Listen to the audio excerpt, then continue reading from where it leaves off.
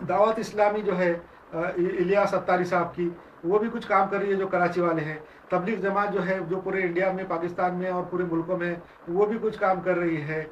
इस तरह जमात इस्लामी भी है, पूरी दुनिया में काम कर रही है। अहले हदीस लोगों की भी जमातें हैं, बहुत सारी काम कर रही हैं। हर रोज़ नए नए प्रोग्राम और एक्टिविटीज़ उनकी तरफ से चलते रहते हैं। हर रोज़ कुछ ना कुछ एक्टिविटीज़ ये सब जमातों की तरफ से चलती। किसी दिन लोगों को फुर्सत नहीं लेने देते।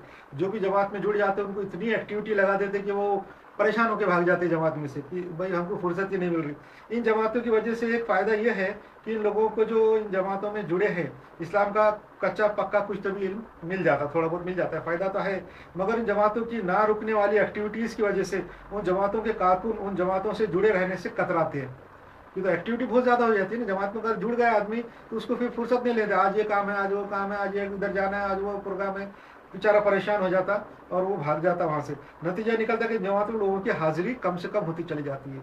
इसलिए मैंने महसूस किया कि लोगों को परेशान किए बगैर उनको उनके रहने के मुकाम पर, उनके जो है तो कन्वीनियंट वक्त पर उनको इस्लामी तालीमात बहम पहुँचाई जाए।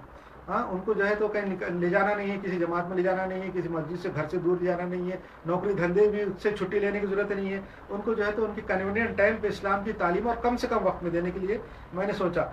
इससे होगा ये कि उन लोगों को जमातों में जाने और सफ़र करने का और खाने पीने का खर्चा भी नहीं होगा और नौकरी धंधे से रुख्सत लेने की भी ज़रूरत नहीं होगी।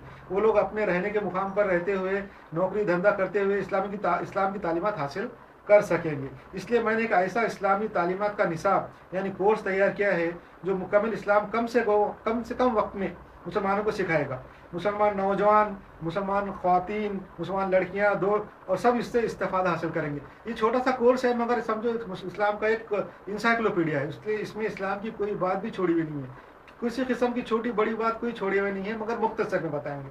अब इस्लाम